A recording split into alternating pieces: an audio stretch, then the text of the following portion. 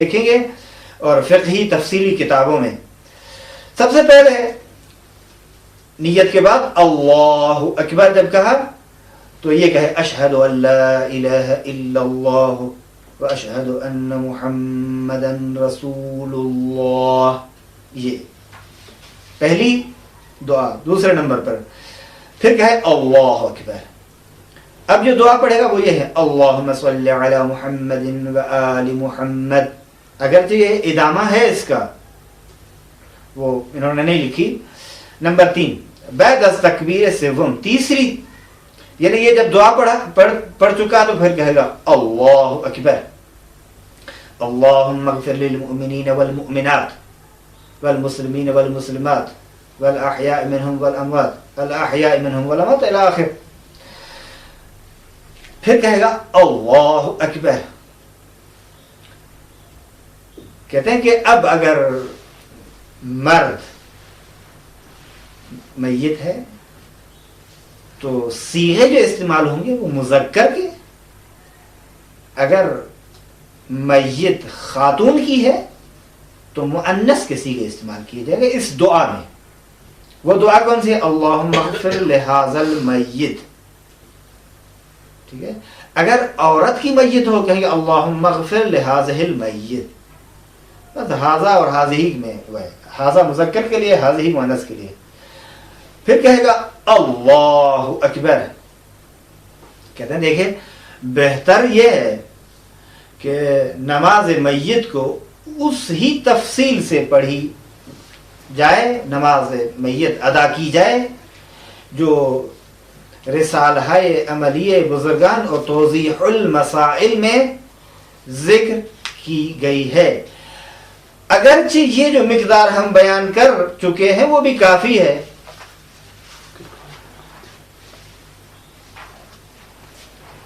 شرائط نماز میت. سب سے پہلی شرط یہ ہے کہ قصد قربت اور اخلاص ہو. نمبر 2 کہتے ہیں کہ میت کو معین کرنا چاہیے کہ ابہام نہ رہے. ابہام برطرف، مثلا نیت کرے کہ نماز پڑھ رہا ہوں اس میت پر، حاضر میت پر، تو ابہام نہیں رہے گا. قربتان اللہ. اور میت پر نماز پڑھتے وقت قبلے کی طرف رخ کرنا چاہیے، رو بقبلہ ہونا چاہیے. اس کے بعد کھڑے ہو کر پڑھنا چاہیے. بیٹھ کر نماز میت پڑھنا صحیح نہیں ہے. کہتے ہیں کہ مگر وہ شخص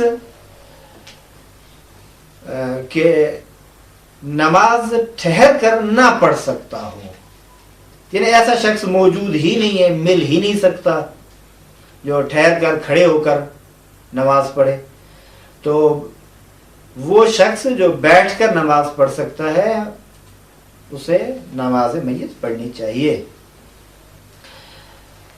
کہتے ہیں کہ میت کو نمازی کے مقابل میں، میت را مقابل نماز گزار بے پشت بخوابانند بطوری کے سر او به طرف راست نماز گزار و پای او به طرف چپ باشد.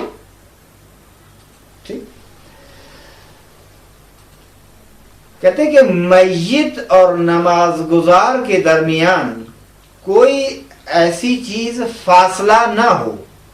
مثال کے طور پر پردہ ہے، دیوار ہے، یا ہر وہ چیز جو فاصلہ ہو بین میت اور بین مصلی جو نماز پڑھ رہا ہے، فاصلہ نہیں ہونا چاہیے. ولی اگر میت در تابوت و مانند باشد اشکال نہ دارد. ہاں تابوت بنا کر اس میں اگر میت کو رکھتے ہیں تو اس کو فاصلہ نہیں کہا جاتا، اور اگر ہے بھی تو یہ فاصلہ مانع اور مشکل نہیں ایجاد کرے گا.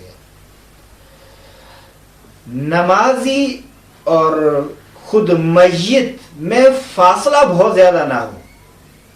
ٹھیک ہے. وہاں تو تھا کوئی بھی پردہ وغیرہ نہ ہو، یہاں ہے کہ مثلا میت یہ خود مصلی یہاں کھڑا ہے، 2 مثلا میٹر 2-4 میٹر یا 1 کلومیٹر کہ ادھر پڑی ہوئی ہے میت، وہاں نماز نہیں ہو سکتی. اچھا اگر دور نہ ہو نماز گزار میت سے دور نہ ہو. اگر نماز میت بے جماعت خواندہ می شود و صفا متصلہ دور بودن مأموم مشکل نہ. اب یہاں سوال ہو سکتا ہے نا، تو آپ نے کہا کہ بھئی نمازی جو ہے وہ دور نہ ہو.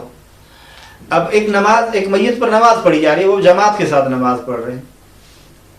ایک عالم اور بزرگار کی میت ہے، بہت بڑی مخلوق خدا آئی ہوئی ہے ارادہ اظہار عقیدت کے لیے.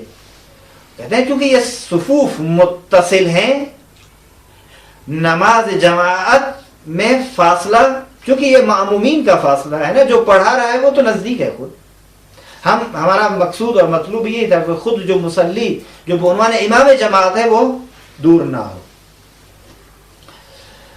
اچھا، مکان نماز گزار از جای میت بلندتر یا پایینتر نباشد. دیکھیں بعض اوقات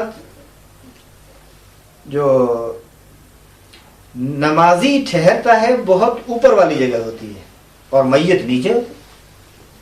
کبھی ایسا ہے کہ نہیں میت اوپر ہے نمازی نیچے. کہتے ہیں کہ یہ جو مقدار ہے بلندی کی اور مثلا نیچے ہونے کی، اونچائی اور نچائی کی جو یہ بلندی ہے، کہتے ہیں کہ یہ مشکل ہے نماز کے لیے، یعنی نماز صحیح نہیں ہوگی. لیکن تھوڑا سا اوپر ہونا یا تھوڑا سا نیچے ہونا، مختصر فراز اور نشیب جو ہے وہ مشکل نہیں ہے. مقصد ہے کہ بہت زیادہ بلندی پر بھی نہ ہو اور بہت زیادہ نچائی پر بھی نہیں ہونی چاہیے میت کو. اب یہ ہے کہ یہ معمولاً بہت بڑی بڑی چارپائی جو استعمال کی جاتی ہے، یہ تو معمول سے زیادہ ہے. آپ دیکھیں معمولاً ہمارے ہاں میت کے لیے ایک اچھی چارپائی اور بڑی اونچی چارپائی جو ہے وہ استعمال کی جاتی ہے، اور ظاہراً یہ جو مسئلہ ہے وہ بیان کر رہا ہے کہ اس طرح کی نماز ٹھیک نہیں ہے، مگر یہ کہ وہ چارپائی نیچے ہو. جو معمولاً نیچی چارپائی استعمال کرتے ہیں جو بہت زیادہ اوپر نہیں ہوتی زمین سے، وہ پھر مشکل نہیں ہے اس کے لیے. میں پھر عرض کروں چونکہ ہمارا مقصد یہ نہیں ہے کہ ہم اختلاف فتویٰ بیان کریں، یہ ہمارا مقصد نقد نہیں ہے. ہم وہی بیان کرنا چاہتے ہیں یہاں جو اس کتاب میں موجود ہے.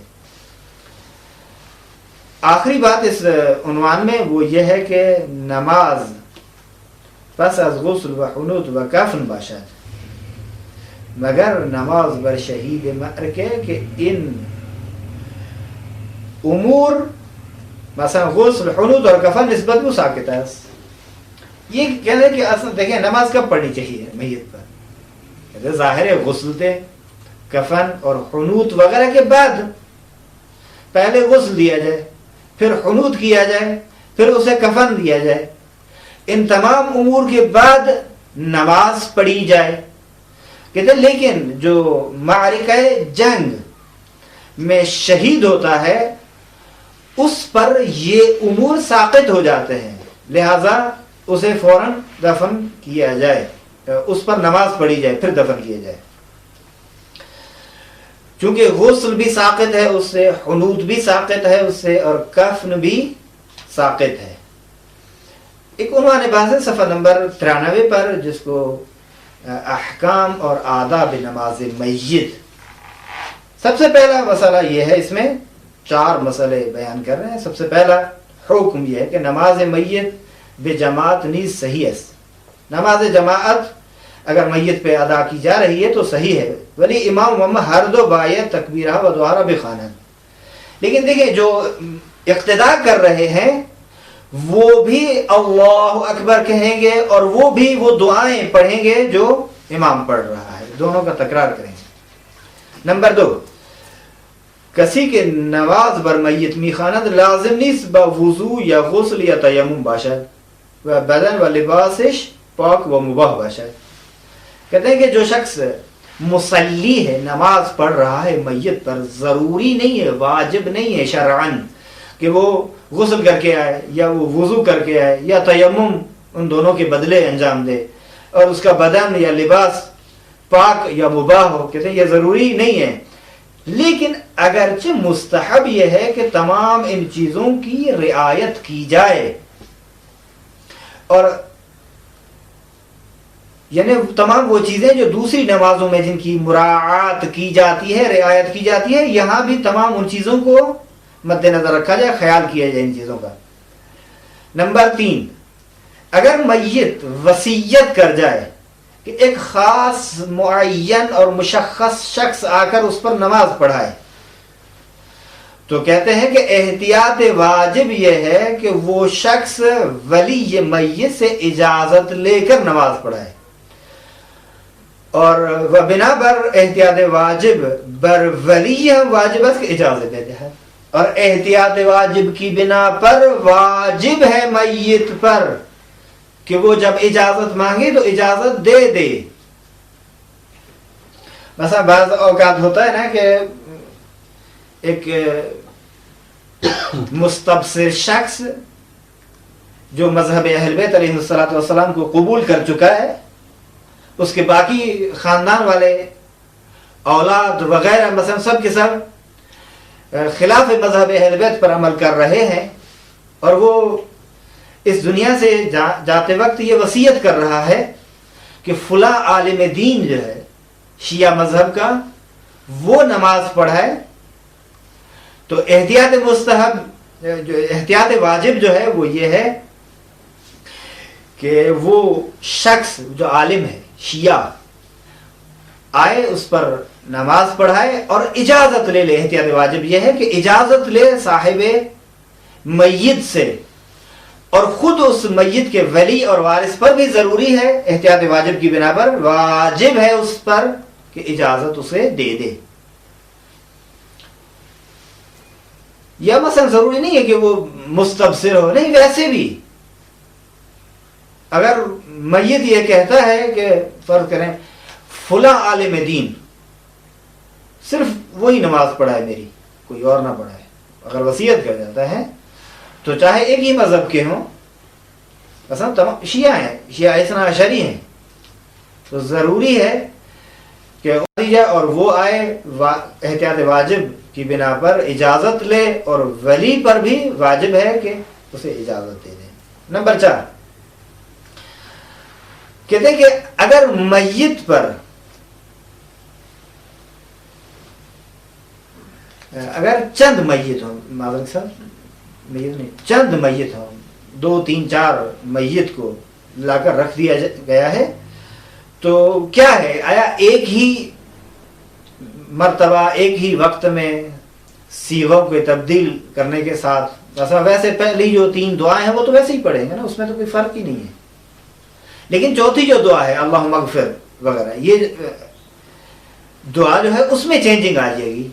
آیا سیغوں کے مثلا جمع مذکر استعمال کرنے اگر تمام مذکر کی ہے، یا سیغوں کے مؤنث کے استعمال سے اگر وہ تمام کی تمام میت مؤنث کی ہے، یا 2 مذکر کی ہیں اور ایک میت مثلا خاتون کی ہے، کوئی حادثہ پیش آ جاتا ہے جس میں شہید ہو جاتے ہیں یا فرض کریں اس دنیا سے چل بستے ہیں، تو اس صورت میں کس طرح کرنا چاہیے؟ کہتے ہیں بہتر یہ ہے کہ جدا جدا ان پر نماز پڑھی جائے، ٹھیک، مثلا 3 میت ہیں تو تینوں پر اگر تینوں مذکر کی ہیں، بہتر یہ ہے کہ ہر ایک پر جدا جدا نماز ادا کی جائے، اگر مؤنث کی ہیں تو مستحب اور بہتر یہ ہے کہ جدا جدا نماز ادا کی جائے، لیکن اگر ملا کر نماز پڑھی جائے تو بھی کوئی حرج اور مانع نہیں ہے۔ نماز میت کی بعض مستحبات امور کا بیان۔ نمبر 1، کہتے ہیں کہ مستحب ہے جو شخص نماز پر میت پر نماز ادا کر رہا ہے، مصلی ہے، وہ طہارت سے ہونا چاہیے۔ صبغت لسانی سے بعض الفاظ ہو جاتے ہیں، دیکھیے مقصود ہمارا یہ ہے کہ جو شخص مصلی ہے اور نماز پڑھنا چاہتا ہے میت پر، خود وہ طاہر ہو، طہارت کے ساتھ ہو۔ نمبر 2، جب نماز ادا کی جائے تو جوتے وغیرہ اتار کر پا برہنہ ہو کر